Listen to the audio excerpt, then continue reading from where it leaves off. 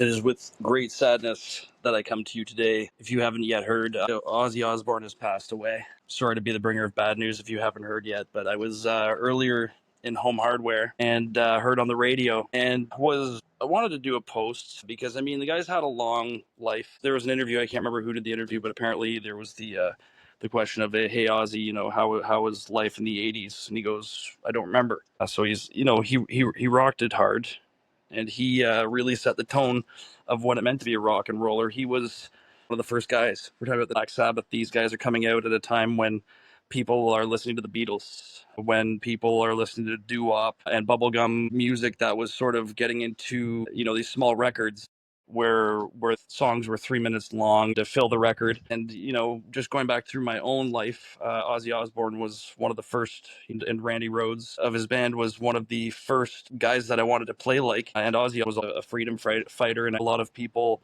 will think about him chewing the head off a bat or doing the crazy things he did, but what is understated is actually a lot of it was done ironically.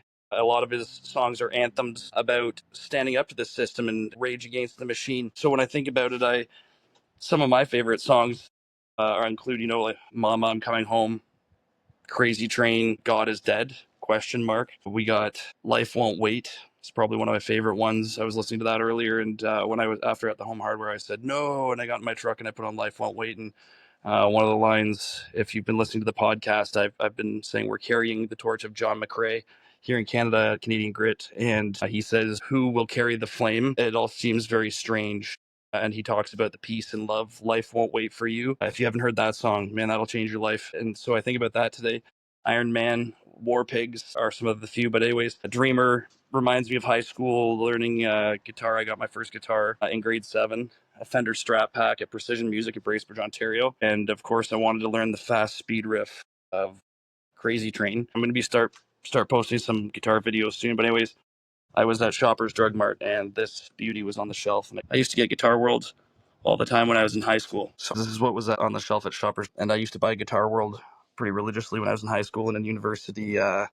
Don't know where a lot of them are now, but again, when I started playing in grade 7, got a Fender Strat Pack at Precision Music, and it was black. And some of the songs that I wanted to learn were inspired by these guys. In Guitar World, I learned about Mark Tremonti of Creed. I was into Big Wreck when In Loving Memory Of came out in '97, right around the time I was getting into guitar, and these guys inspired me. And I still love having the physical, look of this, and this look at the beautiful fade to black. Black Sabbath's Tony Iommi, Ozzy Osbourne, Geezer Butler, and Bill Ward took us through 57 years of Sabbath history. To put it into perspective, Rush is celebrating their 50th anniversary. To even be doing that, look how young Ozzy is there. So Black Sabbath's classic lineup in '70, the year of their self-titled debut album. Tony Iommi, Ozzy, Geezer, and Bill Ward. So revolutionary. These guys invented metal. This is it, man. Here he is, Tony Iommi. What a beauty. We showed that it's okay to push things, to be outlandish and extraordinary. There was this unity we had. We couldn't stay away from each other. A couple of weeks ago, they had the final goodbye with Ozzy. And anyways, this is a cool thing that I'm looking forward to, and I just wanted to show you a whole thing on Tom Morello. Tommy, he recently played the Ottawa Blues Fest with a Canadian band, Luscious, who opened for them, and Def Leppard. Big stuff going on, and yeah, Paranoid, 1971. Master of Reality, Technical Ecstasy, Sabotage.